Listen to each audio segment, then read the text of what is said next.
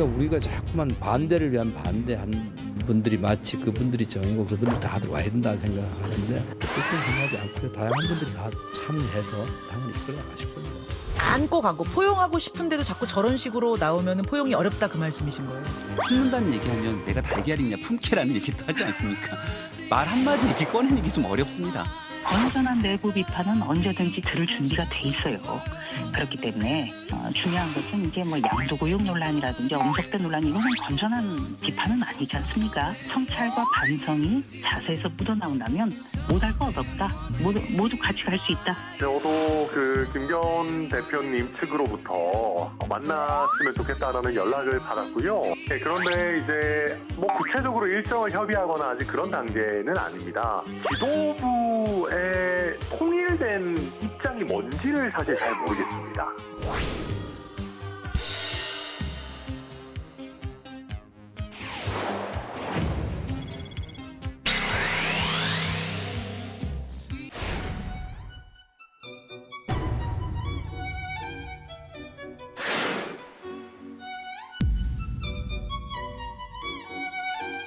뭐 이재명 당대표 물러나라 뭐하라 이런 뭐 움직임이 살짝 있었나 봐요. 예. 그런데 이게 별 무소용으로 돼버렸어요. 그만두라 한 분들이 당대표가 될 가능성이 없지 않습니까? 그러면 이게 뭐 우리가 주장하는 게 별 소용이 없겠구나. 그렇게 느끼신 것 같아요. 당대표를 그만두란 얘기는 디스어피어런스, 사라졌습니다. 더불어민주당 최고위원회는 똘똘 뭉쳐 있습니다. 똘똘 뭉쳐 있다. 네. 아무리 언론이 이간질을 하려고 해도 속지 않습니다. 저 검찰 탓만 하는 거 그건 좀 문제 아니냐라는 분위기가 일단 있는 거죠. 지금까지 선배 대표들은 당이 노란의 위기에 처했을 때는 선당우사하는 정신으로 다 자신을 먼저 버렸죠. 대선에 패배한 책임을 지고 송영길은 물러났고 문재인 대표는 뭐 당이 탈당을 하고 당이 굉장히 어려움에 처하니까 그 책임을 지고 물러났고 자신들이 이끌어왔던 결과가 지금 이 상태다라고 하면 거기에 대해서 정치적인 책임을 지는 거죠. 근데 그 바로 밑에는 뭐냐? 그거는 민심이죠.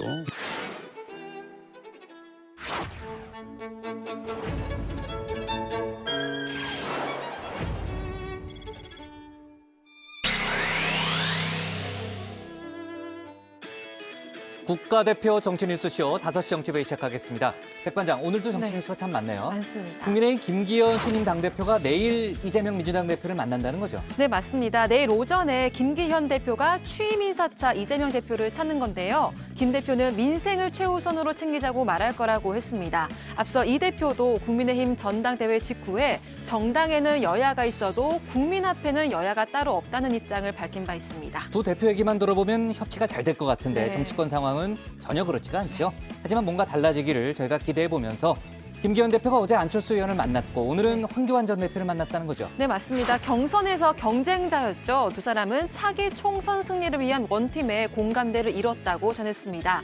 황 전 대표가 제기했던 땅 투기 의혹과 관련해서는 일체 언급이 없었다고 선을 그었는데요. 투기위원장 제안도 없었던 걸로 알려집니다. 김 대표 측은 또 다른 당권 경쟁자였던 천하람 당협위원장과의 회동에 대해서는 계속 연락하고 있다고 답변했습니다. 다만 황교안 전 대표는 식사를 마치고 나서는 부정선거 의혹을 계속 검토하겠다라는 그런 입장을 밝혔고요.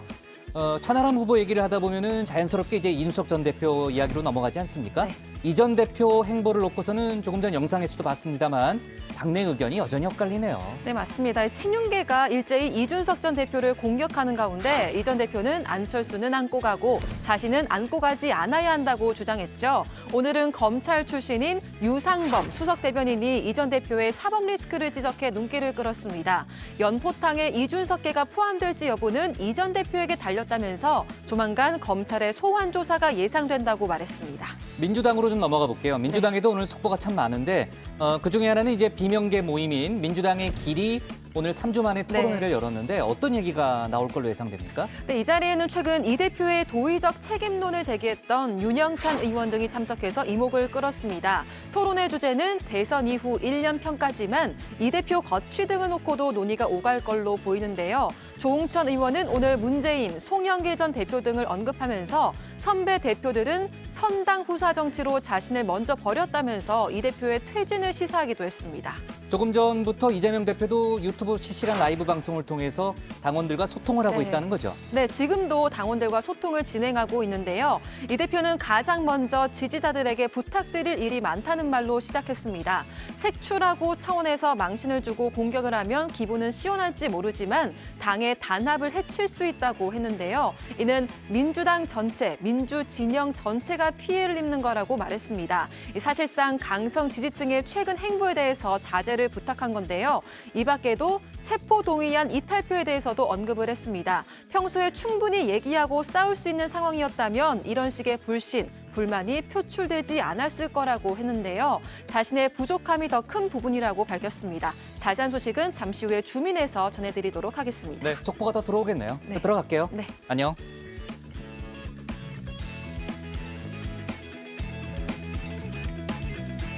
자, 오늘 회의는 류 실장, 고마커, 유채커 조멘토 백반장, 김현숙 수어통역사, 그리고 정치부의 애청자 정의원분들과 함께하겠습니다.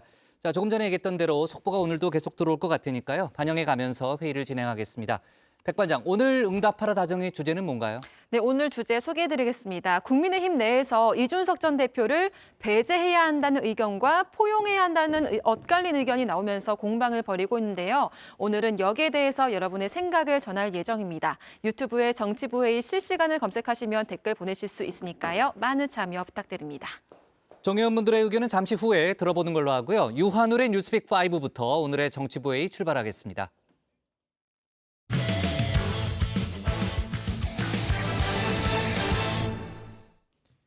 윤 대통령과 국민의힘 신임 지도부가 어제 첫 만찬을 가졌습니다. 약 3시간 동안 진행된 저녁에서 참석자들은 당정일체의 뜻을 모았는데요.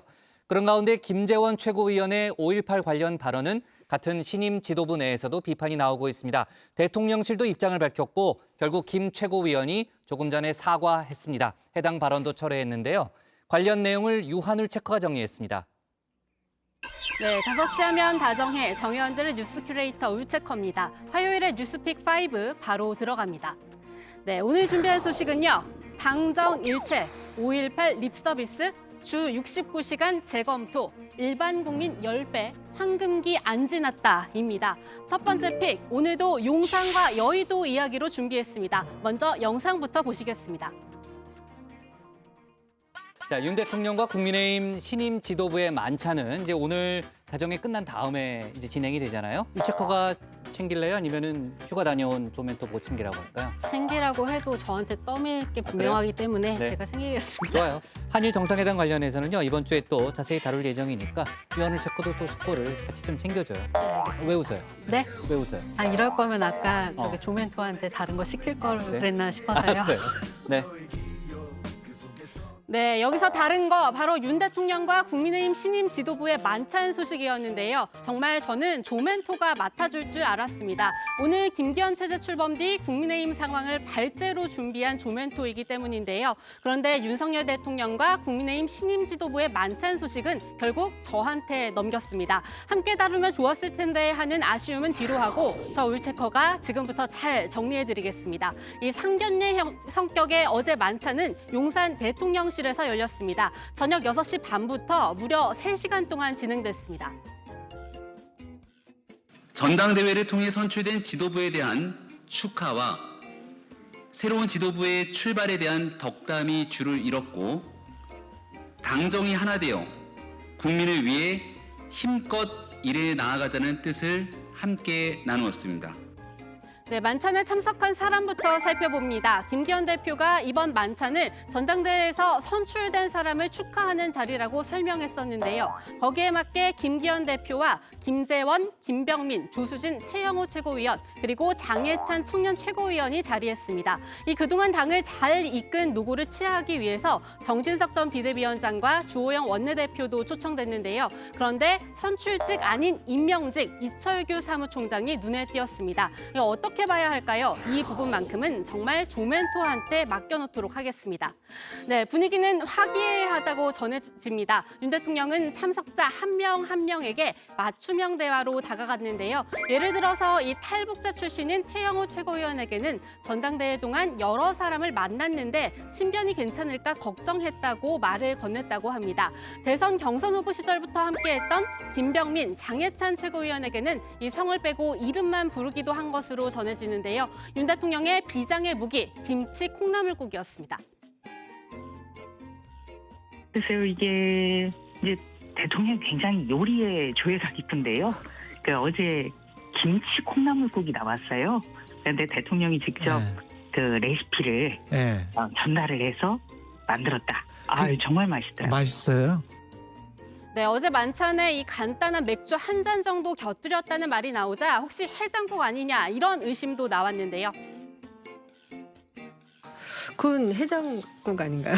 뭐 밥과 함께 마지막에 식사할 수 있는 거고. 자꾸 이 해장 프레임으로 궁금해서 얼마나 드셨을까? 제 얼굴 보시면 아시겠지만 네. 혈색이 아주 좋지 않습니까? 네, 만찬 분위기는 이 정도로 전해드리고요. 이제 핵심으로 들어갑니다. 어제 제가 원픽으로 뽑은 것처럼 정책 주도권을 들고 용산으로 간 김기현 대표입니다. 하지만 이 주도권이라는 게 결국 당정일체가 될 거라는 점도 어제 콕 짚어드렸죠. 윤 대통령과 김 대표는 원활한 소통을 위해 한 달에 2번 격주로 정례회동을 갖기로 했는데요. 이 대통령과 여당 대표의 정례회동은 MB 때 이후 처음입니다. 그리고 윤 대통령은 이른바 K칩스 법안 이야기도 꺼냈습니다. 처음에는 사실 반도체 세액 공제를 대폭 늘리는 안에 대해서 민주당이 좀 부정적인 의견이 있었거든요. 이거 대기업 혜택 많이 주는 거 아니냐. 그런데 이게 전 세계적으로 반도체 시장이 좀 어려워지고 한국의 어떤 선도 경쟁력 확보하는 게 필요하다라는 여론이 조성되니까 이게 민주당도 지금은 이 정부안대로 또는 더 나가서 세액 공제 더 많이 하자라는 입장으로 선회한 걸로 알고 있어요. 그러니까 정부에서 전문가들과 함께 좋은 정책과 좋은 방향을 제시하는 게 당연히 중요하지만 그걸 앞장서서 이제 들고 가서 국민 여론을 만들고 국민들을 설득하고 하는 건 당의 역할이다. 결국 이 김 대표가 말한 정책 주도권, 당 정이 아닌 여야 관계에서 잡는 걸로 정리가 된 듯한데요. 이렇게 3시간 내내 당정 일체를 강조한 어제 만찬입니다. 이 정확한 표현으로 당정대 일체, 이 전열 가다듬고 총선 앞으로 하는 모습인데요. 과연 내년 4월까지 이대로 쭉 갈 수 있을까요? 이 공천 국면이 되면 없던 갈등도 절로 생기는 정치권입니다. 우선 이런 갈등을 미리 차단하기 위해서 이 공천 심사의 주요 길목에는 친윤을 배치해뒀는데요. 선거가 치러지는 그날까지 계속 일체된 상태일지는 윤 대통령의 지지율 등이 변수가 될 수 있다는 전망도 나옵니다. 그리고 공천관리위원회가 구성이 되면 사무총장이 부위원장이고 실무 간사 그룹에 조직사무부총장, 전략기획부총장 다 들어갑니다. 자기들 마음대로 공천하겠다라는 이제 최적의 구도를 다 완성시켜 놓은 거죠. 네, 두 번째 픽은 5.18 립서비스입니다. 김재현 최고위원의 5.18 정신 발언 논란이 갈수록 커지고 있습니다. 김 최고위원이 개인 의견이라면서 사태를 수습하려고 했지만 여야를 막론하고 비판이 이어지고 있는데요. 함께 선출된 지도부에서까지 선을 긋고 있습니다. 김 최고위원의 발언과 함께 들어보시죠. 이번에도 우리가 김기현 장관님을 사실 밀었잖아. 하이 세상에 우리한테 찬물을 깬 게 뭐냐면 헌법 정신에 5.18 정신을 헌법에다 넣겠다. 그런다고 전라도 표가 나올 줄 압니까? 그건 불가능합니다. 불가능해요? 예. 불가능하죠? 예, 불가능합니다. 전라도에 대해서 립서비스 하려고 한 거지. 뭐 표 들려면 뭐 조상묘도 판다는 게 정치인들 아닙니까? 분명한 건 오해가 없도록 해야 되기 때문에 우리 국민의힘의 강령, 그러니까 국민의힘의 정강 정책을 보면 이 5.18 민주화 운동 정신을 이어간다고 하는 부분들이 명확하게 적시가 돼 있습니다. 그러니까 우리 당이 어떤 정당인지를 보여주는 당의 강령에 수록돼 있는 내용이고요. 네, 그럴 법도 한 게요. 김 최고위원의 이번 발언으로 윤 대통령의 대선 공약까지도 립서비스 취급을 받고 있기 때문입니다. 민주당도 이 점을 파고들었는데요. 국민의힘 신임 지도부가 총출동해서 이 발언을 수습하고 있습니다. 대통령실도 직접 나서서 윤 대통령의 5.18 정신 계승과 헌법 수록 입장은 확고하다, 이렇게 못 박았습니다. 윤석열 대통령이 분명하게 답해야 합니다. 김재원 수석 최고위원의 말처럼 표를 얻기 위해 거짓말을 한 것입니까?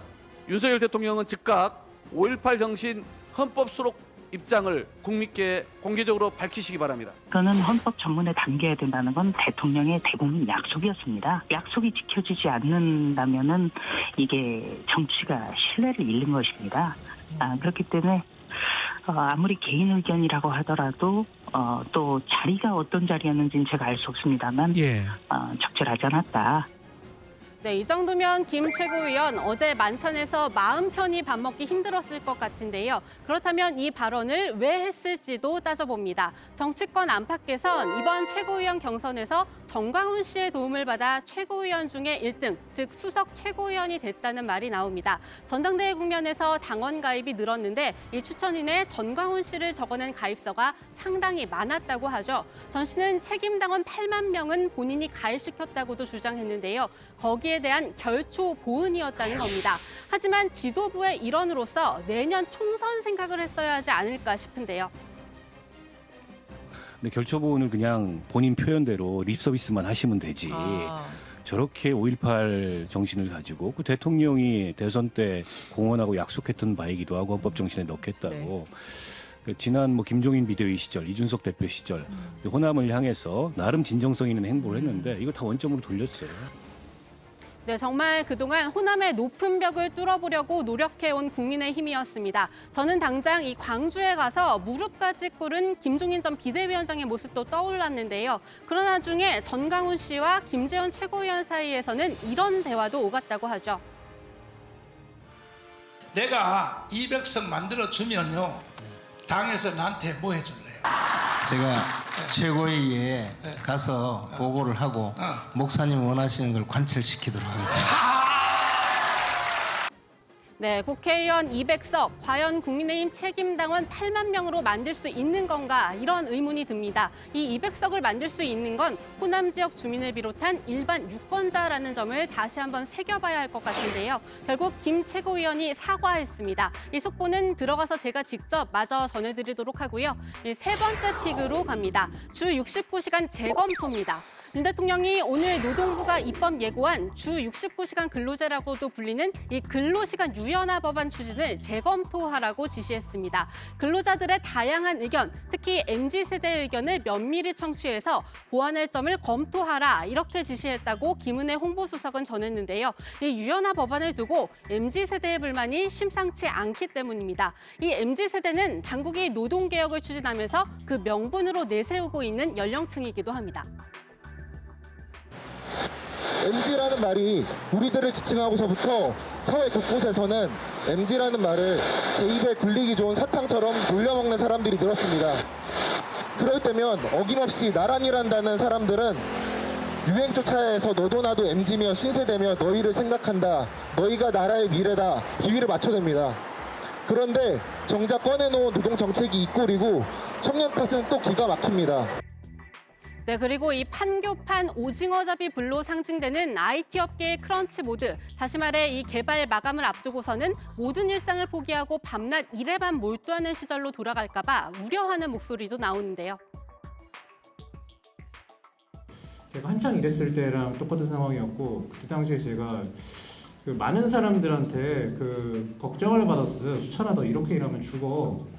진짜로 제가 매주마다 이 정도 말은 한 번씩 들었던 말인데 이렇게 일하면 죽는다라는 말이 나올 정도로 일하는 거를 지금 합법화하겠다는 거잖아요. 많이 우려가 됩니다. 대통령실은 하지만 이 법안을 철회할 뜻이 없다는 점은 분명히 했습니다. 대변인실 명의로 추가 입장문을 냈는데요. 근로자의 권익 강화라는 정책 취지 설명이 부족했다면서 이 입법 예고 기간 동안 MZ세대를 중심으로 의견을 취합해서 보완할 건 보완할 거라고 설명했습니다. 네, 다음 픽은 일반 국민 10배입니다. 경실련이 대통령 비서실 고위공직자 37명의 재산 신고 내역을 분석했습니다. 그 결과 고위공직자들의 평균 재산은 48억 3천만 원으로 나왔는데요. 일반 국민의 10.5배 수준이라고 합니다. 이 보유 부동산으로만 치면요. 평균 31억 4천만 원, 일반 국민 가구의 7.5배로 나타났는데요. 특히 이 중 다주택자는 5명인 걸로 나왔습니다. 네, 오늘의 뉴스픽은 여기까지입니다. 들어가서 원픽 뽑겠습니다. 뉴스픽 5였습니다. 네, 양쯔층 누나. 제가 중고등학교 때 예스마담 시리즈가 아주 선풍적인 인기를 끌었었는데 꽤 기억이 납니다. 네, 네. 저희 양자경이라는 양자경이라고 이름으로, 그랬죠. 예, 좀 네. 익숙했는데. 저랑 같은 세대예요? 같은 세대는 아닌데 저도 들어서 알고 있었습니다. 아 그래요? 예스 마담 알아요? 예스 마담은 잘 모르고. 네, 되게, 알았어요. 예. 네, 모르는 척하는 것 같네요. 근데 유채커 같은 경우에는 외고를 나온 걸로 알고 있는데 에브리싱 이 발음이 좀 인상적이더라고요. 그래요? 일부러 그렇게 한 삥 거죠. 일부러. 네. 자, 좋습니다. 어제 이제 만찬으로 윤 대통령과 국민의힘 신임 지도부가 이제 뭐 당정 일체를 뭐 내세우고 있고 또 실제로 분위기가 그런 쪽으로 또 한 걸음 더 간 듯한 그런 상황으로 보이고 그 일환으로 오는 19일에는 첫 고위 당정 협의회도 연다는 거죠. 네, 그렇습니다. 국민의힘 새 지도부가 출범한 뒤에 첫 고위 당정인데요. 보통 어제 이제 유채커가 다뤘던 민당정 협의도 그렇고 또 이런 고위 당정 협의 경우에도 원내대표의 소관입니다. 그런데 이번에는 김기현 대표도 이번 고위 당정에 참석을 한다고 하는데요. 신임 이철규 사무총장도 함께 한다고 합니다. 19일이면 윤 대통령의 일본 방문 이제 뒤인데요. 따라서 논의 안건으로는 이 한일 정상회담의 성과 그리고 향후 계획이 좀 올랐고요. 그 밖에 남부지방 가뭄 대책 그리고 2030 부산 엑스포 유치 지원 방안 등도 논의를 할 예정이라고 합니다. 네, 유치컵 화난 것 같은데요. 네? 네? 아, 저 화 안 났습니다. 네. 괜찮아요? 예, 네, 괜찮습니다. 네. 좋아요.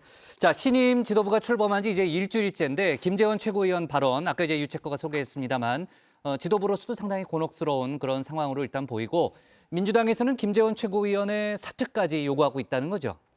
네, 박홍근 원내대표는 아까 들으신 것처럼 윤 대통령이 이번 일에 대해 직접 입장을 밝혀야 한다고 촉구했죠.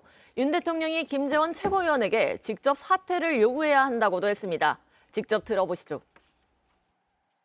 5.18 정신을 헌법에 수록하겠다는 윤석열 대통령의 공약을 폄훼하고 조롱한 김재원 수석 최고위원 또한 윤석열 대통령이 직접 사퇴를 요구하기 바랍니다. 그것이 5.18 명령들과 국민께 한 약속을 지키는 길임을 명심하기 바랍니다. 네, 호남적 정치권의 반발도 거세지고 있습니다. 민주당 전남도당은 친윤 최고위원이 5.18을 부정하고 호남 정신을 농락했다 이렇게 비판을 했고요. 앞서 민주당 광주시당도 김 최고위원의 당직을 박탈하고 징계하라 이렇게 국민의힘에 촉구를 했습니다. 정의당 광주시당 역시 경악을 금치 못한다면서 김기현 대표에게 김 최고위원의 책임을 분명히 물어달라 이렇게 요구를 했습니다. 네.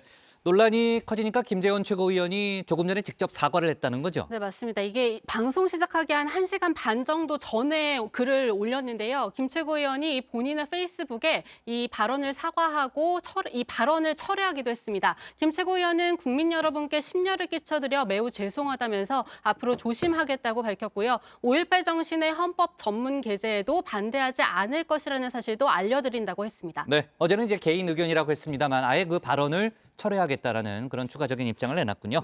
자, 유채커 오늘의 원픽은 어떤 걸로 잡을 거예요? 네, 오늘의 원픽입니다. 지도부도 손절한 5.18 발언, 김재원 심력 끼쳐 죄송 발언 철회.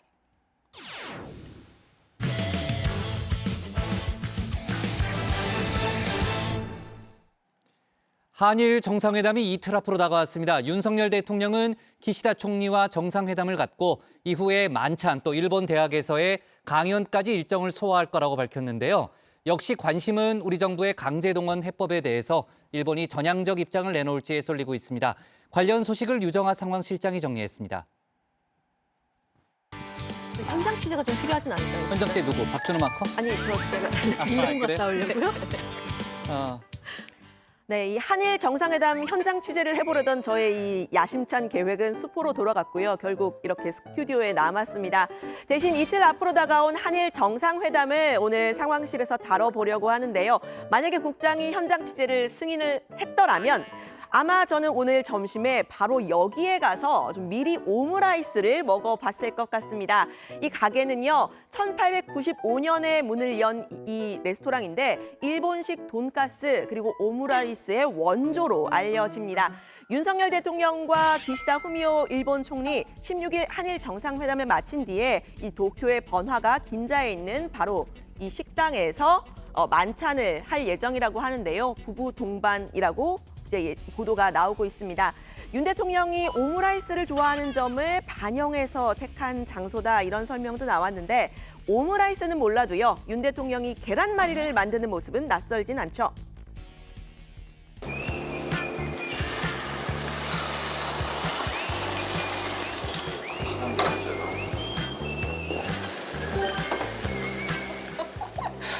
계란말이를 얼마나 데우신 겁니까?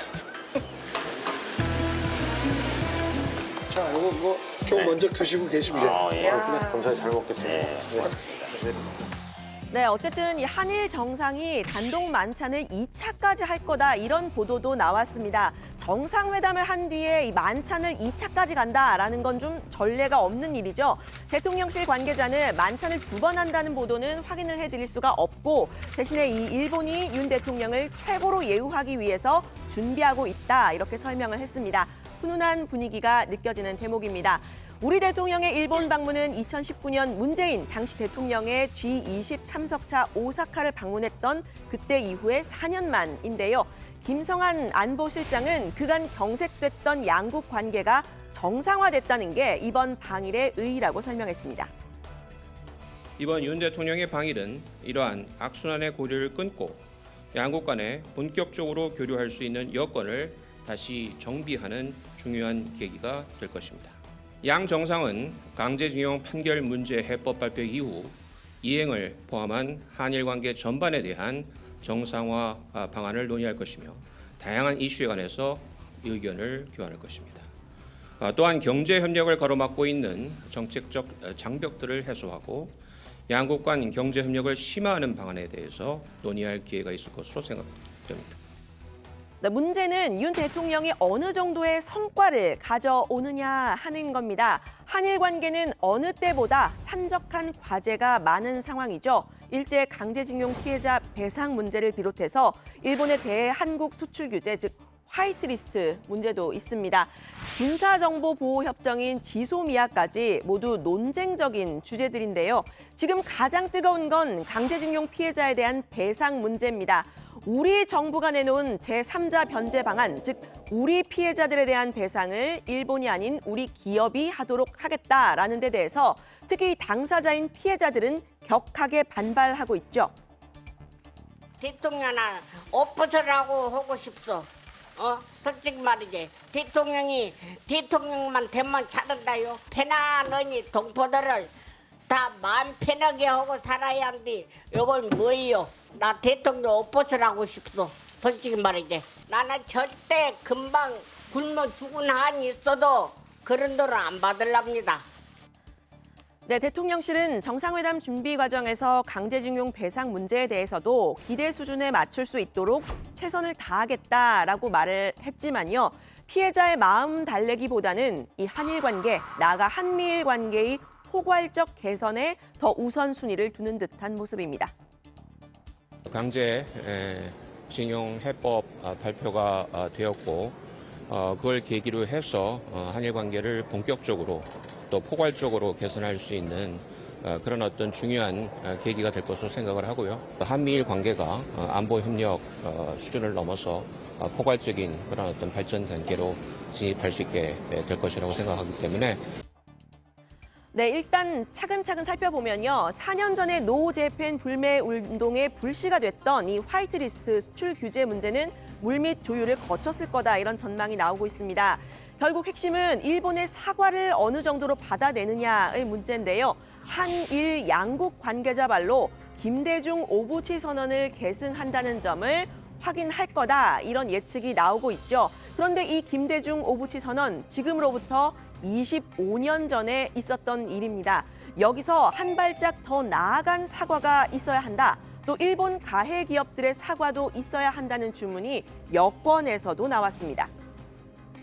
기시다 총리하고는 지금 김대중 오부치 선언을 계승한다고 굉장히 애매한 얘기를 했잖아요. 우리 대통령 입장에서는 이 새로운 사과 문구가 이번에 나오느냐가 굉장히 중요한데 그걸 못 해준다고 하면 적어도 이 피해 기업들이 사과하는 거 정도는 해야 되고.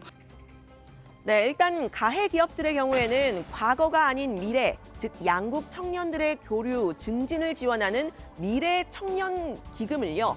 한일 기업들이 함께 조성하는 방안에 대해서 관심을 보이고 있다고 합니다. 대통령실은 미래 청년 기금을 합의하는 과정으로 협의가 진행 중이고 결과를 기대하고 있다. 이런 관계자발의 이야기가 나왔는데요. 전경련 그리고 재계 총수들도 17일에 일본을 방문할 예정이라고 합니다. 같은 날 대통령이 직접 한일 미래 세대를 상대로 강연을 하는 일정도 잡혀 있습니다. 한국 유학생과 일본 대학생을 상대로 강연회를 갖고 앞으로 펼쳐질 미래 한일 관계의 주역들을 격려하고 양국 교류 협력 확대를 위한 공감대를 넓히는 그러한 자리를 만들 예정입니다. 하지만 일본 정부 차원의 사과를 받아내기는 쉽지만은 않아 보이는데요. 하야시 요시마사 일본 외무상, 우리로 치면 외교부 장관이 아예 강제 노동은 없었다 공개적으로 말을 했죠. 기시다 총리의 발언도 이와 같은 수준이라면 큰일입니다. これらはいずれも強制労働に関する条約上の強制労働には該当しないものと考えておりまして、これらを強制労働と表現することは適切ではないと考えております。 제대로 된 성과를 얻어오지 않고 또 하야시 외무상이 얘기했던 것처럼 강제동원 우리 그거 없었어요. 이러한 얘기들만 듣고 오면은요 지지율에 큰 타격을 받지 않을까 걱정입니다. 네, 일본 정부가 소극적일 수 있는 이유, 여론조사에서도 좀 살펴볼 수 있는데요. 일본 교도통신의 조사에 따르면 일본에서는 우리 정부의 강제징용, 제3자 변제안에 대해서 긍정적이라는 평가가 57.1%로 과반을 넘었고요. 부정적이라는 평가는 33.3%였습니다. 한국에서는 그래프가 완전 반대인데요. 이 색깔을 보시면 반대한다는 여론이 59%, 찬성한다는 여론은 35%입니다. 게다가 이 정부안이 발표된 이후에 윤 대통령의 지지율은 긍정 여론이 4%포인트 떨어졌죠. 부정적인 여론은 5.7%포인트 오른 모습인데요. 반대로 기시다 총리의 지지율은 4.5%포인트 오르고 또 부정 여론은 4.2%포인트 떨어졌습니다. 여론조사를 접한 기시다 총리 입장에서 과연 전향적인 입장을 내놓으려 할 것인가 우려가 되는 대목인데요. 해외 순방 외교가 오히려 악재가 됐던 지난 과거가 다시 반복돼서는 안 되겠죠. 게다가 이번은 미국도 중동도 아닌 일본을 대상으로 한 외교입니다. 승인 안 해주고 나중에 쪽팔려서 UAE의 적은 가장 위협적인 국가는 이란이고 우리의 적은 북한입니다. 네, 정부가 내놓은 강제징용에 대한 제3자 변제안, 국내 정치에서도 쟁점이 되고 있죠. 국민의힘은 국민 모두를 만족시킬 수 없다는 것 알고 있지만 미래를 향한 불가피한 선택이라는 점을 강조했습니다. 국민 모두를 만족시킬 수 있는 방안이 아니라는 점은 알고 있지만은 한일 외교 정상화라든지 대법원 판결, 서로 상반될 수 있는 이 두 판결을 동시에 충족시킬 수 있는 방법은 지금 정부가 선택한 이 방법밖에 있을 수 없다. 불가피하게 미래를 향한 선택이라는 점을 국민들께서 잘 이해해 주시기를. 네, 반면 민주당은 윤 대통령의 대일 무능 외교라고 딱지를 붙였는데요. 한국이 일방적으로 양보를 하면 일본이 성의 있게 호응할 것이라는 순진한 기대는 처참히 짓밟히고 있다고 했습니다. 일본은 안보 문서를 수정해 가며 군사 대국화를 공식화하고 있는데 이번에는 안보 협력, 즉 군사적 협력까지 추진해 일본의 날개를 달아주려 합니다. 대체 윤석열 정부의 굴욕 외교의 끝은 어디까지입니까? 일본과의 관계 개선을 위해서라면 이제 독도까지 일본에 내줄 작정입니까? 네, 그런데 단순히 여야의 공방으로만 치부될 수 없는 이유가 있죠. 피해 당사자들이 있기 때문입니다. 지금 일제 강제동원 피해자, 생존자는 단 3명이죠. 양금덕 김성주 할머니와 이춘식 할아버지 이 3분입니다. 3분 모두 제3자 변제는 허용하지 않겠다라는 뜻을 재단에 공식적으로 전달을 했습니다. 일부 유가족들은 다른 생각도 있지만요. 적어도 이분들은 죽기 전에 일본의 사과를 받겠다는 뜻이 분명한 겁니다. 일본 가서 공부도 하고 중학교 보내줄게 가라고 한 것이 중학교 행위는 일만 쌈 빠지게 하고 나도 자식들이 있고 나도 다 할마치 나라에 세금 물고 그렇게 살아도 누가 했나? 지금 이렇게 내 마음을 알아줄 사람이 하나도 없어요. 없어. 일본 사람들이 우리를 끌고 갔는데 어디다 대고 사죄라고 어디다가 사죄를 받고 어디다가 요구를 하겠습니까? 공부도 하고 일을 하면 돈도 준다고 하고 그렇게 고생하고 데리고 가서 평생에 골뱅이들 이렇게 만들어 놓고 지금은 나몰라라 하고 있으니 우리는 어디다 대고 하소연을 합니까? 네, 양금덕 할머니는 어제 국회 외통위에도 직접 참석했습니다. 국민의힘은 윤 대통령의 한일 정상회담에 영향을 주기 위한 의도가 의심된다라면서 이 회의를 보이콧했는데요. 다수 의석을 내세워서 의회 독재를 하고 있다고 민주당을 질타했습니다. 민주당은 단독으로 이 회의를 열고 강제징용 정부해법 철회를 촉구하는 국회 결의안을 채택하기도 했는데요. 제3자 변제안 자체도 문제지만 정부안이 만들어진 과정부터 문제라고 지적했습니다. 주1 대사가 지난 여름부터 일본 사람들을 만나면서 3자 대위 변제 얘기를 했다고 합니다. 결국 우리 쪽 카드를 미리 보여준 셈입니다. 피해자 지원 재단이 근거 없이 전범 기업을 지원하고 채무가 있다고 인정하지도 않고 사과하지도 않는 사람들의 채무를 대신 안아서 갚아주겠다고 하는 것도 배임의 가능성이 있고. 네, 일본의 이 강제동원 문제, 생존한 피해자들이 우리에게는 엄연한 증거로 존재를 하지만요. 국제사회 일각에서는 여전히 역사 바로잡기를 해나가야 하는 문제입니다. 일본 외무상이 강제노동이라고 표현하는 것 적절하지 않다, 이렇게 공개적으로 말할 수 있는 것도 그 때문이겠죠. 적어도 미국 하버드대 교과서에는 이 강제동원이 명시가 됐는데요. 우리의 계속적이고 분명한 입장 표명은 이어져야 할 것 같습니다. 지난해 JTBC 보도로 역사 왜곡 논란이 일자 문제된 부분을 전면 수정했습니다. 일제강점기를 설명하면서 끔찍한 강제노동이 포함됐다고 적었습니다. 하버드 측이 일제 강제동원 사실을 적시한 건 우리 측 주장에 힘을 실었다는 분석입니다. 대한민국 분들이 억울했던 점, 좀 피해를 당했던 점, 그런 점들을 의기투합해서 얘기를 했기 때문에 그게 들렸다고 생각하거든요. 대한민국 여론의 승리라고. 네, 대통령실은 오늘 한일 정상회담 일정을 브리핑하면서요. 중요한 이정표, 관계 정상화, 본격적 교류의 계기가 될 것, 이렇게 설명을 했습니다. 국민의 한 사람으로서 저도 같은 기대를 가져보려고 하는데요. 다만 지금은 이 할머니, 할아버지가 된 강제징용 피해자들도 우리 국민의 한 사람으로서 간절한 마음으로 이번 회담 지켜보고 있다는 점 꼭 잊지 않았으면 합니다. 오늘 발제는 이렇게 정리하겠습니다. 한일 정상회담 D-2, 양국 관계 정상화 강조한 대통령실, 지지율 오른 기시다 총리 강제징용 사과할까? 네. 자, 마지막에 유 실장도 얘기했습니다만 오늘 오후에 대통령실이 브리핑을 열었고요. 한일 정상회담, 이제 이틀 앞으로 다가온 정상회담의 구체적인 일정을 소개했죠. 네, 그렇습니다. 일단 이번 방일은 12년간 중단됐던 양자 정상 방문을 재개하는 것이고 한일 관계 개선에 중요한 이정표가 될 것이라고 김성한 국가안보실장이 밝혔습니다.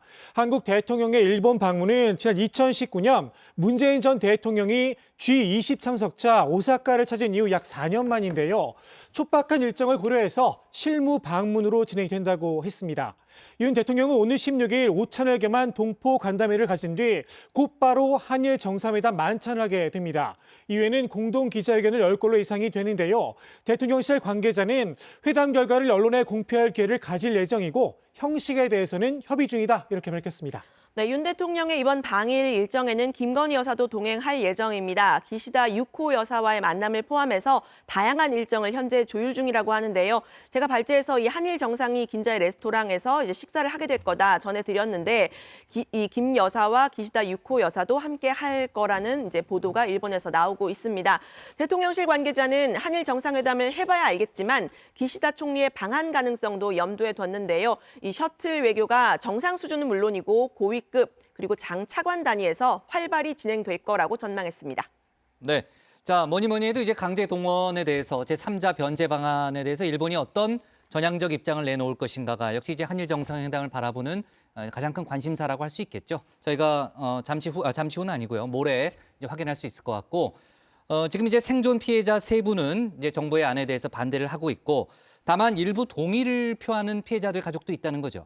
네, 그렇습니다. 일단 이 생존자 세 분, 그러니까 양금덕 김성주 할머니와 이춘식 할아버지는 반대한다는 입장을 확실히 재단의 내용 증명으로 전달한 상태고요. 이 다른 피해자들의 가족 중에는 정부안에 대해 찬성하는 사람도 있다고 합니다. 다만 몇 명이 찬성, 몇 명이 반대 이런 식으로 집계하는 방식의 접근은 지양해달라는 게 피해자 측의 얘기인데요. 민중문제연구소 김영환 대외협력실장은 무엇보다 중요한 건 피해자 가족들의 의사선택을 자유롭게 할 수 있는 상황이고 이 문제가 가장 빨리 해결되길 바라는 사람은 생존 피해자 세 분일 거라고 했습니다. 이 정부를 향해선 여론을 몰아가거나 억지로 설득하려는 시도는 하지 말아달라고 요청했습니다. 정부에서 마치 모든 피해자들을 다 찬성을 하고 당신들만 반대한다라는 식으로 여론을 몰아가거나 외교부에서 연락도 안 하고 그냥 막 집으로 막 찾아와서 이렇게 만나고 그래서 좀 그런 것도 멈춰달라는 식으로 요청을 하기도 했는데요. 찬성이냐 반대냐 숫자의 문제가 아니라 한 분 한 분의 의사가 중요하다고 생각을 하기 때문에 저희는 그것을 대단히 가족 안에서도 의견이 갈리지 않습니까? 좋습니다. 오늘 상황실 발제 이렇게 정리하겠습니다. 정상회담 D-2 지지율 오른 기시다 총리 강제동원 사죄할까로 제목을 잡겠습니다.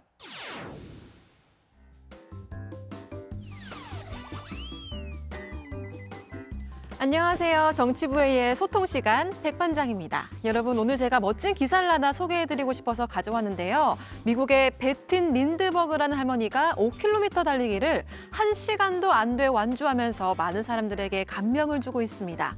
사람들이 이렇게 열광하는 이유는 바로 베티 할머니가 미국 나이로 98세, 우리나라 나이로 하면 무려 100세의 어르신이기 때문인데요. 심지어 베티 할머니는 60대 중반이 되어서야 마라톤을 시작했다고 합니다.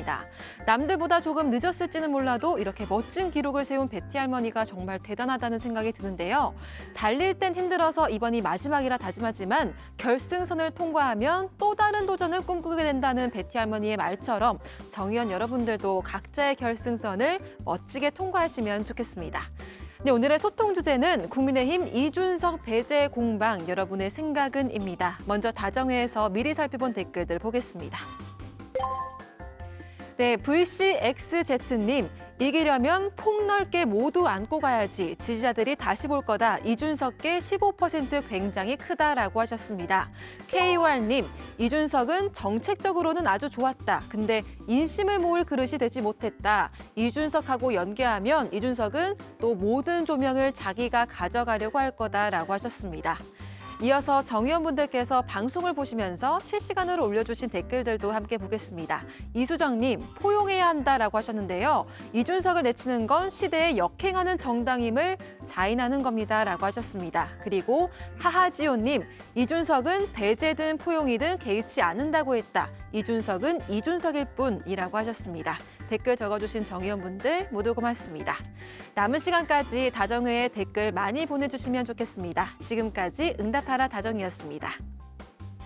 백반장 수고 많았고요. 다음은 조익신 멘토의 정치 인사이드로 갑니다.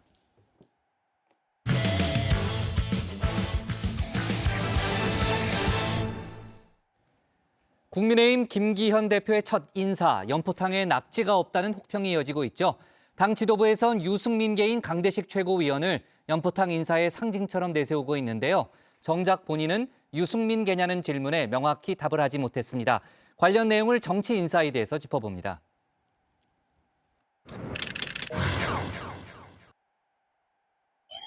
연포탕 국물이 아주 잘 우러났다고 보기는 어렵고. 네, 연포탕에 낙지는 없고 물만 잔뜩 탄 거죠.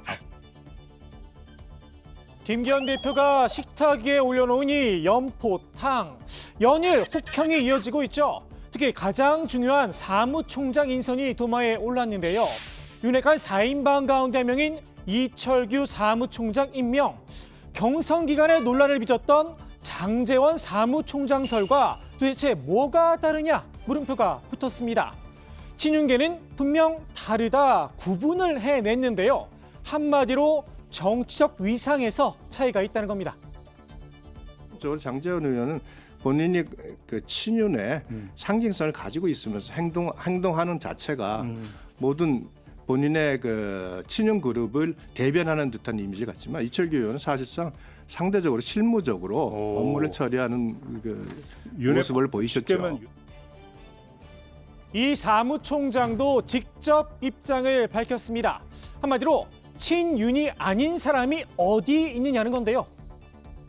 우리 당에 비윤이 어디 있습니까? 그냥 반윤이 없잖아요. 우리가 자꾸만 반대를 위한 반대한 분들이 마치 그분들이 정이고 그분들이 다 들어와야 된다 생각하는데 꼭 그렇게는 생각하지 않고요. 다양한 분들이 다 참여해서 당을 이끌어 나가실 겁니다. 글쎄요. 안철수 의원과 천하람 전 혁신위원 지난 전당대회 과정에서 각각 비윤과 반윤으로 찍혔었죠. 그 역할 친윤계가 앞장을 섰습니다. 이제와 비윤, 반윤은 없다라 설득력이 있을까 싶습니다. 이 총장은 한편으론 다양한 분들의 참여를 강조했는데요. 친윤계에선 강대식 최고위원과 김민수 대변인을 그 예로 꼽고 있죠. 각각 유승민계와 나경원계를 대표한다는 겁니다. 다만 두 사람의 인선, 이런 평가를 받고 있습니다. 호박은 있어요. 뭐 호박은 있는지 모르겠는데. 양파 호박은 있죠. 양파와 호박 수준이라는 겁니다. 먼저 김민수 대변인, 애초에 나경원 전 의원이 비윤이나 반윤은 아니었죠. 당평 인사라고 하기엔 조금 머쓱합니다. 김민수 대변인도 나경원 의원 캠프에 있었는데 네. 나경원 의원이 드롭한 이후에는 또 김기현 대표를 도왔다는 거 아닙니까? 그래서일까요? 친윤계에선 강 최고위원 홍보에 공을 들였습니다. 유승민계라는 상표를 정성껏 붙였는데요. 정작 정치권에선 갈라선 지 오래라는 평가입니다. 유승민 전 의원과 정치활동 오래 했다고 알려진 강대식 의원을 선임한 것은 김기현 대표가 주말 동안 이 개파 통합의 의미를 담기 위해서 노력을 정말 많이 했다라는 강대식 의원 같은 경우는 유승민계에서 벗어나신 지 이미 오래된 분으로 저는 알고 있습니다. 강 최고위원 본인도 유승민계냐는 질문에 대답을 얼버무렸습니다. 누구 개가 어디 있고 누구 파가 어디 있고 정한 따다가 올라가는 게 그게 하나의 공정당이다. 저는 이렇게 생각하고 있고요. 자꾸 그분에 대한 어떤 이야기를 저한테 뭐 어떻다 이게 묻는 것을 제가 대답하기가 좀 부담스러우시군요. 예. 친윤계에선 유승민 전 의원과 지금의 관계보다는 개혁성을 좀 봐달라 슬쩍 방향을 바꾸었는데요. 여기에도 역시나 물음표가 달렸습니다. 어떤 정치적 행보와 길을 걸어왔는가, 나름대로 보수 정당에서의 개혁적인 성향을 갖고 있는지 그 등에 대한 여부들을 판단하는 것이 더 적합하다고 봅니다. 이미 나경원 전 의원은 관련 연판장에 이름을 올리셨던 분이기 때문에 글쎄요, 그다지 개혁적인 성향이 있다고 평가하기는 조금 어렵지 않나. 유승민계도 개혁적 인사도 아니라면 왜 최고위원에 임명된 걸까요? 뭐니 해도 본인 생각이 중요하겠죠. 우리 국민의힘의 어떤 힘의 근간이 우리 대구 지역에 좀 많지 않습니까? 그렇죠. 예, 그러니까 대구에 아무도 최고위원이 안 계셨기 때문에 이번에 그렇게 됐습니까? 예, 지역 정서를 좀 잘 전달하고 또 대구의 현안을 좀 잘 챙기라고 당대표에서 그런 부분에서 배려하지 않았나. 대구를 좀 챙기라는 의미에서 선택이 됐다라는 겁니다. 여기에 이번 전대에서 김 대표를 도왔다는 점도 플러스 요인이었겠죠. 예전에 유승민 대통령 후보 때는 도왔지만은 이번에 또 김기현 후보 또 많이 지지한 걸로 알고 있습니다. 전체적으로 친윤, 비윤, 반윤으로 했을 때는 대부분이 다 친윤 의원님이죠. 이철규 사무총장이 말한 다양한 분들. 결국 과거 정치 이력이 어찌됐든 지금은 친윤계 타이틀을 단 인사들을 이야기하는 듯 싶습니다. 글쎄요, 이런 분들을 모아놓고 한데 끓인다고 연보탕이 될까요? 문득 그 밥에 그 나물이란 말이 떠오릅니다. 어찌됐든 연포탕의 상징으로 떠오른 강대식 최고위원. 어제 대통령 만찬에 쏙 빠졌는데요. 선출직이 아닌 지명직이란 이유였습니다. 그러니까 어제가 이제 공식적으로 지도부와 대통령실의 만찬이 아니라 이번 선거를 통해서 선출된 당선인들 축하하고 격려하는 자리라서 네네. 당선인 위주로 모이게 되었다는 말씀을 좀 드려야 네, 또 되겠어요. 그런데 말입니다. 같은 임명직인 이철규 사무총장은 이렇게 배석을 했습니다. 아무래도 대통령과의 어떤 신뢰관계나 소통관계 등이 반영된 것 같고요. 당 사무총장이 이제 당의 안팎 살림을 다 도맡아 하는 중요한 자리이기 때문에 네네. 그렇게 추가적으로 배석이 된 것 같고 유승민계에서 친윤으로 갈아탄 강 최고위원과 윤핵관 4인방 가운데 하나인 이 사무총장은 정치적 위상이 다르다는 걸까요? 역시는 역시인가 봅니다.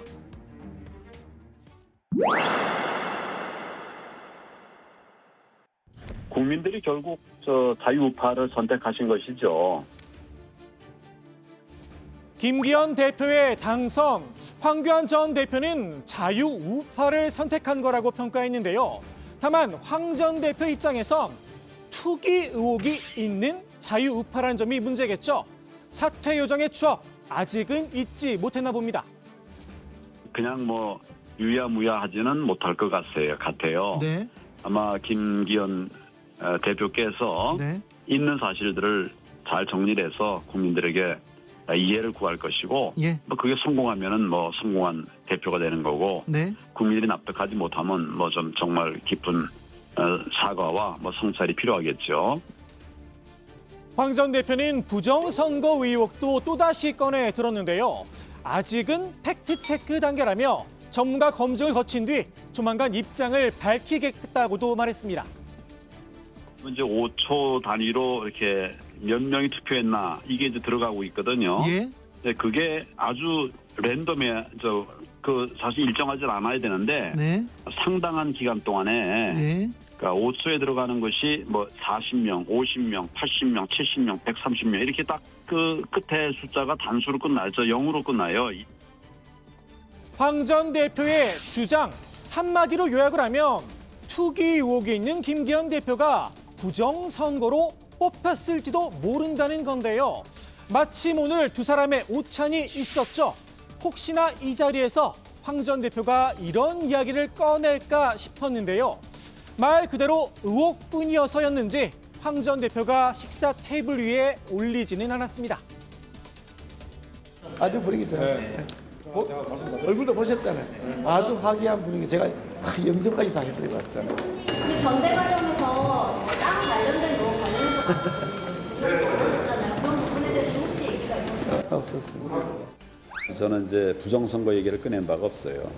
소위 공정한 그런 경선 이야기를 했죠. 공정한 경선을 얘기하면서 그에 맞지 않는 이상한 투표 결과가 나왔다. 그런 얘기를 했고 그 부분에 관해서 지금도 검증 중에 있어요.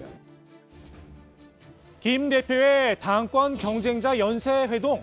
이제 남은 건 천하람 전 혁신위원뿐인데요. 아직 만남을 조율 중이라고 하죠. 천 전 혁신위원이 내세운 전제 조건.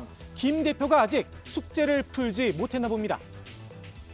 김재원, 조수진, 장해찬 이런 최고위원분들은 또 나오셔가지고 저를 포함한 저희 개혁 후보들은 뭐 영구 추방의 대상이다, 뭐 훌리건이다, 뭐 저 같은 대리인은 만나지 않아도 된다 이런 메시지를 내놓고 있고 지도부 차원에서 얼마나 진정성이 있는지 그래서 어느 정도 좀 교통 정리가 되고 나서 만나는 것이 훨씬 더 의미가 있지 않나. 핵심은 김기현 지도부가 이준석 전 대표를 품고 갈 수 있느냐인데요. 이준석 배제론을 꺼내들었던 친윤계 일부 기류 변화가 감지됩니다. 다만 여기에도 전제 조건이 붙었는데요. 성찰과 반성이 필요하다는 겁니다. 뭐 양도구역 논란이라든지 엄석대 논란 이거는 건전한 비판은 아니지 않습니까? 예. 예, 그렇기 때문에 성찰할 수 있는 기회가 필요하고 또 성찰과 반성이 자세에서 묻어나온다면 못할 거 없다. 예, 모두 같이 갈 수 있다. 글쎄요. 이 전 대표 입장에선 정치적 항복선언을 하라는 뜻으로 받아들일 수도 있겠죠. 원죄는 윤핵관들에게 있다는 게 이 전 대표의 일관된 생각입니다. 저는 누구의 잘잘못을 떠나면 안 되고요. 떠나면 안 된다? 누구의 잘잘못 정확히 따져야 되는 게 대선과 지선을 이긴 당대표를 쫓아내기 위해 가지고 1년 가까이 이 사단이 난 겁니다. 더욱이 이 전 대표에게 품고 간다, 안고 간다는 표현은 모멸적일 수도 있습니다. 지금 와서 뭐 품는다 이런 표현 쓰면 제가 그때 거의 돌아버리거든요. 품는다는 표현이 저한테 가장 모멸적이고 제가 들었을 때 기분이 제일 나쁜 표현이기 때문에 대통령이 무슨 뭐 제가 달걀입니까? 그걸 왜 품습니까 저를? 당연히 안아야죠. 안아야 되는데 본인이 안기기 싫어서 나는 안기기 싫다 그러는 사람을 억지로 안을 수는 없는 거 아닙니까? 이 전 대표는 안철수 의원만 안고 가라는 입장을 밝히기도 했죠. 상식과 비상식의 구분이라며 비상식의 품으로 모두 안으라는 겁니다. 김기현 지도부 한마디로 비상식이라는 건데요. 친윤계도 듣고만 있지는 않았습니다. 이 전 대표가 옛날 본인 당대표가 되고 나서 여러 어려운 우여곡절이 있을 때 그런 얘기를 늘 했어요. 이 전 대표 김용태 전 최고위원도 당원들의 선택 아니냐. 그래서 40만이 넘는 당원들이 선택한 투표 결과가 나왔습니다. 그럼 우리 국민의힘의 당원들이 비상식을 선택했다는 얘기인가요? 이 전 대표의 아킬레스건이죠. 사법 리스크를 거론하며 역공에 나서기도 했는데요. 성상납의혹과 얽힌 무고죄 수사, 이제 곧 시작될 거라는 겁니다. 저는 다음 주에 이준석을 무고죄로 고발합니다. 그 무고는 김세의와 강용석을 명예훼손죄로 고소한 것에 대한 무고죄의 고발입니다. 가세연에 대해서 명예훼손 혐의로 이준석 대표 측에서 고발했던 부분이 무혐의가 결정이 됐습니다. 무고죄라는 것은 원래 고소한 사건이 허위 고소라는 얘기거든요. 그 사건이 종결이 됐기 때문에 이제 바로 본격적으로 그러면 수사가 들어갈 것으로 봅니다. 친윤계와 이 전 대표 과연 원팀으로 함께할 수 있을까요? 오늘의 정치인사이드 민주당 정청래 최고위원의 바람 섞인 총평으로 마무리합니다. 국민의힘 전당대회는 분당의 씨앗을 심어놨다. 김기현 국민의힘 대표가 내일 민주당 이재명 대표를 만난다는 거죠? 고마커. 그렇습니다. 김기현 대표는 내일 민주당을 찾아 이재명 대표를 예방할 예정이라고 밝혔는데요. 이재명 대표께서 민생 챙기기에 협조하겠다며 큰 틀의 방향성에 공감해준 데 대해 감사드린다며 내일 회동에서 일 잘하기, 민생 잘 챙기기에 경쟁하자는 말씀을 드릴 것이라고 말했습니다. 네, 민주당 인사도 대통합의 대상이다. 김기현 대표가 이렇게 얘기했다는 거죠. 네, 그렇습니다. 김기현 대표는 윤석열 정부의 성공을 바라고 국민의힘 보수정권이 내년 총선 그리고 이어지는 지선과 대선에서도 이길 수 있도록 하는데 공감하는 분이라면 심지어는 민주당 인사라고 하더라도 큰 틀에서 대통합의 대상이 된다 이렇게 말했습니다. 네, 그러니까 이제 연포탕의 범위가 민주당 인사들까지 이제 확대될 수 있다는 얘기인데 이준석 전 대표에 대해서는 말을 아꼈다는 거죠. 네, 일단 김 대표가 연포탕 정치에 이준석 전 대표의 자리도 있느냐 이런 질문을 받았습니다. 특정인을 지목해서 연포탕이냐 아니냐라는 것에 대해서 답변하지 않겠다 이렇게 말을 아꼈는데요. 특정인을 넣으면 연포탕이라고 거꾸로 질문하고 싶은데 그렇지 않다고 덧붙이기도 했습니다. 네, 김기현 대표가 내일 전직 대통령 MB를 만난다고 하니까요. 관련된 속보는 저희가 내일 다루도록 하겠습니다. 오늘의 정치인사이드 이렇게 정리하겠습니다. 황교안 만난 김기현, 천하람은 친윤 이준석의 반성 먼저로 제목을 잡겠습니다. 죄송합니다. 제가 눈이 잘 안 보여가지고요. 다음은 구혜진 마커의 주민입니다.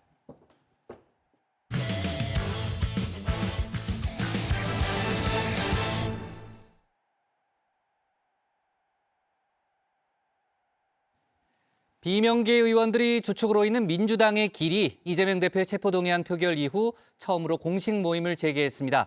이재명 책임론에 불을 지필지 주목됐는데요. 이재명 대표도 조금 전 당원과의 대화로 정면 돌파에 나섰습니다. 관련된 내용을 주민에서 짚어보겠습니다. 비명계 목소리를 내왔던 의원들이 주축이 된 민주당의 길이 오늘 공식 세미나를 열었습니다. 대선 1주년의 대한민국과 민주당을 짚어보는 세미나입니다. 오늘 하는 거는 작년 3월 9일부터 지금까지 그걸 딱 1년을 뜯어내가지고 반처해보자 이런 얘기입니다. 민주당의 길 세미나가 시작된 오후 4시 반보다 조금 앞선 오후 4시부터는 이재명 대표가 유튜브 라이브로 소통에 나섰습니다. 예고한 키워드 이렇습니다. 아프다 아프다. 좌표 색출, 청원에 대한 입장과 4.5 재보궐선거. 이재명 당대표를 검색하면 뜨는 연관 검색어처럼 연출했는데 대표의 강성 지지층, 소위 개딸들과 연관된 키워드가 많았죠. 이 자리에서 이재명 대표는 오늘은 당원들에게 부탁할 것이 많다는 말로 운을 뗐습니다. 강성 지지자들의 과격한 행동을 단속하려는 취지의 발언이 많았는데요. 너는 왜 나와 생각이 달라? 라고 해서 막 색출하고 또 막 청원해가지고 망신을 주고 공격을 하면 기분은 시원할지 모르겠는데 이 당의 단합을 해치잖아요. 적대감이 더 강화되겠죠. 그럼 누가 손해입니까? 자세한 소식들은 잠시 뒤에 전해드리고요. 오늘 주민은 이재명 대표 책임론과 거취 문제 더 자세히 들여다보도록 하겠습니다. 최근 이재명 책임론에 불을 지핀 건 측근의 사망이었습니다. 이 대표 관련 사망이 5번째인데다가 유서에 이재명 대표에 대해 적은 내용이 조금씩 알려지면서인데요. 이재명 대표를 향해 정치 내려놓으시라, 더 이상의 희생은 없어야 한다. 측근들 인간성 길러달라는 내용이 나왔다고 하죠. 이재명 대표는 검찰 책임론을 폈습니다. 검찰이 이분을 수사한 일이 없다 이렇게 선을 그었다는데 이분 반복적으로 검찰에 수사받았습니다. 그리고 검찰의 압박 수사에 매우 힘들어했습니다. 이 대표 급하게 일정을 취소하고 빈소를 찾았지만 도리어 역효과가 났습니다. 오후 1시에 조문을 가겠다고 출입 기자들에게 공지했지만 저녁 7시 40분이 넘어서야 이재명 대표가 조문을 할 수 있었는데요. 이재명 대표께서 5분 뒤에 조문을 하실 예정입니다. 좀 조문이 지연된 거는 안에서 좀 저희가 1시 공지를 할 때는 저희들이 와보니까 빈소가 잘 마련이 안 된 상태였어요. 그리고 유족 측하고 협의가 안 됐었습니다. 정치 내려놓으시라는 유서 내용이 보도됐는데 이거에 대해서 좀 어떻게 생각하시는지 한 말씀 부탁드립니다. 고인과 마지막 장례식장 근처에서 무려 8시간을 기다린 뒤 조문이 성사된 건데요. 이후 유족들의 거부가 있었다는 보도가 나왔습니다. 유족은 이 대표 조문을 거부했지만 계속 버틸 수 없어서 맞아들였다고 했습니다. 처음에 거부를 했기 때문에 처음에 하셨다 하지 그 다음에 오지 마라 한다 해서 안 올 사람이 아니죠. 그러다 보니까 오신 거죠. 이후 윤영찬 의원이 SNS에 이재명 대표 본인이나 주변에서 고인에게 부담을 주는 일이 있었다면 대표가 책임을 져야 한다고 한 것을 시작으로 이재명 대표가 도의적 책임을 져야 한다는 목소리가 커지기 시작했습니다. 누구의 잘못을 따지기 이전에 한 분이 그 소중한 목숨을 스스로 접었다는 것, 이 엄중한 현실 앞에서 일단 자신의 부족함을 먼저 고백하고 사과하는 것. 그게 우리가 익숙히 봐왔던 거고 그게 도리인 것 같은데 뭐 그 부분은 전혀 없이 이제 검찰 탓만 하는 거 그건 좀 문제 아니냐라는 분위기가 일단 있는 거죠. 공직자의 성실함을 이용하여 범죄의 집행자가 되도록 몰아넣은 사람이 바로 이재명 대표입니다. 6번째, 7번째 또 다른 희생을 막으려면 민주당 의원들이 행동이 있어야 합니다. 이번 사건들을 국민들이 어떻게 받아들이고 있을지는 이번 주 민주당 지지율에 나타날 거란 관측들이 나오는데요. 당 지지율은 이재명 책임론의 2번째 키워드와도 이어집니다. 바로 총선 불안입니다. 정당에서는 선거 승리만한 명분이 없습니다. 사법 리스크를 안고 있는 이재명 대표 체제로 총선을 치렀다간 상대에게 지고 말 거란 얘기입니다. 체포동의안 부결된다고 하더라도 불구속 기소가 될 것이 거의 명백하고 우리 민주당의 지지율에 좋지 않은 영향을 미칠 것은 명확관화하고 여권이 원하는 민주당 전체의 피의자화, 범죄 집단화에 일조할 것은 틀림없지 않겠냐. 속내를 더 자세히 들여다보면 더 복잡합니다. 계파와 관계없이 국회의원 모두 선당 후사를 외치긴 하지만 최대의 관심은 역시 본인이 국회의원 배지를 달 수 있을 확률일 텐데요. 22대 배지 받는 길은 크게 두 단계를 거쳐야 하죠. 먼저 공천 경쟁에서 이기고 그다음에 본선에서 상대 후보를 꺾어야 합니다. 의원 개개인이 가지는 총선에 대한 불안감은 공천에 대한 불안감과 본선에서의 당 경쟁력인 겁니다. 친명계와 비명계 의원들은 각기 다른 부분을 강조하고 있습니다. 이재명으로 선거 못 치른다라는 어떤 그런 일각의 주장들이 있었는데요. 실제 해보지도 않고 1년이나 남았는데 해보지도 않고 무조건 안 된다라고 하는 것은 너무 패배주의에 갇힌 생각이 아닌가라는 생각이 듭니다. 친명계는 결국 비명계가 공천권을 원한다고 말합니다. 총선 본선의 경쟁력은 명분일 뿐이란 건데요. 비명계에선 개딸에게 잘 보이는 게 공천에 더 유리하다고 반박했습니다. 의원들이 그 공천에 대한 생각이 굉장할 정도로 큽니다. 그래서 그 부분이 상당 부분 많이 포함되어 있을 거라고 봅니다. 당원들이 공천을 할 수 있는 시스템을 좀 더 강화할 필요가 있다 저는 보고 있거든요. 자꾸 저 공천 하시는데 다시 말씀드립니다. 공천을 염두에 둔다면 지금 이재명 체제에 순응하고 개딸한테 잘 보이는 게 훨씬 더 유리합니다. 비명계의 불안감을 자극하는 신호가 지도부에서 계속해서 흘러나온 것은 사실입니다. 일단 다음 총선 공천에서 권리당원의 영향력을 늘리는 방안이 정치혁신위원회에서 검토되고 있다는 보도가 계속해서 나왔습니다. 당직에 대해서 당원평가를 반영해야 된다. 이런 논의가 있는 겁니다. 그래서 많은 분들이 좀 어렵게 생각하시는데 엄밀히 말해서 이 당무감사는 공천에 영향을 미치지 않습니다. 사실이 아니라고 부인하기는 했지만 최근 장애 집회 참석 여부로 불이익을 준다는 보도도 비명계로선 불안할 수밖에 없습니다. 총선 경선과 본선에 대한 우려에는 강성 지지자에 대한 불안감도 있습니다. 이재명 대표에 대한 충성도가 높은 이들이 하는 각종 행동이 중도층에게 부정적으로 비춰질 거란 우려입니다. 팬덤에 의해서 이런 사법적인 방어를 하는 거 아니냐. 이런 민심의 이런 불편한 또는 불신의 시각, 불신의 관점, 목소리 이런 것들을 우리가 그냥 방치해서는 이 문제 해결할 수가 없다. 이재명 대표가 이들을 자제시키지 않는다는 불만도 나옵니다. 체포동의안 표결 후 국회 앞에서 지지자들이 수박 깨기 퍼포먼스를 하고 의원들에게 좌표를 찍어 문자 폭탄을 날리는데도 자제하란 메시지를 내지 않았다는 겁니다. 이 대표의 강성 지지층은 비명계 의원 사무실로 직접 항의 전화를 걸고 있습니다. 체포동의안에 가결을 찍었는지 따져 물은 뒤 욕설까지 퍼붓는 사례가 적지 않았습니다. 이재명 대표가 결국 자제하라는 내용의 글을 SNS에 올렸었지만 표현 하나를 두고 당내에서 비판적인 의견이 쏟아져 나왔습니다. 5명 중 4명이 그랬다고 해도 5명을 비난하면 1명은 얼마나 억울하겠습니까? 라는 구절이 논란이 됐는데요. 중립을 자처하던 의원들도 명단 5명 중에 4명은 수박이 맞다고 확인해주는 것이냐, 1명이 억울하다는 것은 4명은 당해도 싸다는 것이냐며 아쉬움을 표했는데요.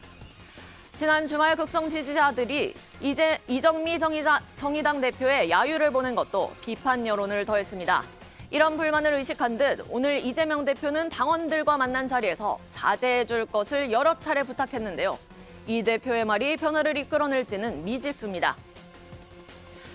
그렇다면 이재명 책임론의 해법은 대표직 사퇴뿐일까요?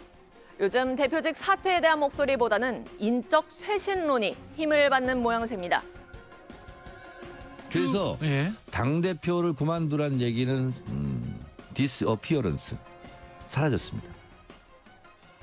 당원 당규상 당대표 임기가 8개월 이상 남아있을 때 당대표직을 내려놓게 되면 전당대회를 치러 당대표 선거를 해야 한다는 사실이 알려지면서입니다. 이재명 대표가 자진해서 사퇴하더라도 비대위가 꾸려지지 않는 겁니다. 이낙연 대표 때 당대표 최고위원 임기가 분리되어 있는 당원당규 개정이 있었답니다. 이재명 당대표가 그만두면 전당대회를 치러야 되는데 8개월 이상 남아있으면 무조건 전당대회를 치르게 돼 있습니다. 원포인트로. 새 당대표를 뽑는 선거가 치러진다 해도 지난 전당대회와 표심이 크게 달라지지 않을 가능성이 크죠. 지난 전당대회에서 최고위원들의 득표를 보면 5명 중에 4명이 친명계 의원일 만큼 표심이 압도적이죠. 한 의원은 제게 새 당대표 잘못 뽑았다간 이재명이 나았다는 소리가 나올 수 있다고 귀띔하기도 했는데요. 그래서 탄력받는 대책이 인선 쇄신, 즉 당직 물갈이입니다. 오늘 첫 회의를 한 당내 공천 TF의 구성도 당 지도부의 통합의 메시지가 담겨 있는 것으로 보입니다. 띄울 때에 11명의 위원들, 위원장을 비롯해서 11명의 위원 중 2명 빼고는 모두 다 비명계 그런 위원으로 채웠습니다. 하지만 이 정도로 비명계 의원들이 만족할 것 같지는 않습니다. 어떤 직책, 어떤 자리 하나만 가지고 이야기하면서 탕평과 화합을 했다라고 하면 안 되지 않겠습니까? 당대표가 많은 것을 내려놨구나 라고 이제 생각할 정도가 돼야 되는 거지. 지도부 내부에선 핵심 당직 물갈이가 새로운 분란의 씨앗이 될 걸 우려하는 분위기입니다. 교체되는 현직자에게도 책임을 지우는 모양새도 역시 고민이라고 전했는데요. 고민이 너무 길어지면 안 될 듯합니다. 오늘의 주민, 영화 신세계의 한 장면으로 마무리하겠습니다. 어이 브라더, 너 많이 힘들어 벤다. 그러지 말고 이제 그만 선택해라. 그래야 네가 살아. 네, 이재명 대표가 당원들과 이제 유튜브 라이브를 통해서 실시간 소통을 했는데 어떤 얘기를 구체적으로 했나요? 네, 이재명 대표는 오늘은 소통도 하지만 주로 부탁할 일이 많다고 오늘 뗐습니다. 이후 단결을 강조하면서 과격한 행동이나 증오심이 별로 도움이 되지 않는다 이렇게 말을 했고요. 내내 시위와 투쟁에 좀 비유하는 모습이었는데 이 투쟁 집회가 가격해지고 분위기가 폭력적이 되면 그때부터 지는 거다. 이걸 보는 다수 대중의 지지를 잃게 된다. 이런 말을 하기도 했습니다. 상대를 가장 쉽고 빠르게 제압하는 건 이간질이라면서 내부 단합을 강조했습니다. 네, 자 비명계 모임 관련해서는요 아직 구체적인 속보가 들어오고 있지 않은데 저희가 관련된 내용은 취재를 좀 더 해서 내일 다루도록 하겠습니다. 오늘 정치보도는 여기까지 하겠습니다. 저희는 내일도 오후 5시 정각에 다시 찾아뵙겠습니다. 한일 정상회담 좀 챙겨요. 예, 알겠습니다. 네.